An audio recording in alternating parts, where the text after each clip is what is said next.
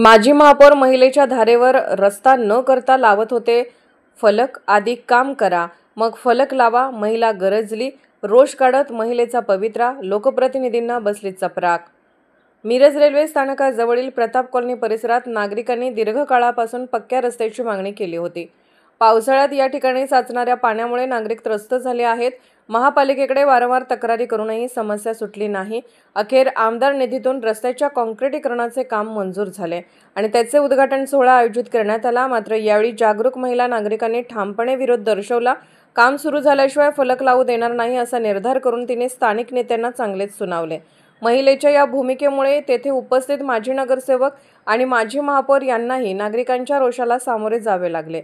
त्यांनी समजावण्याचा प्रयत्न केला, परंतु महिलेचा ठाम पवित्रा पाहता अखेरीस उद्घाटन न करता प्रत्यक्ष रस्त्याचे काम सुरू करण्याचा निर्णय घेण्यात आला।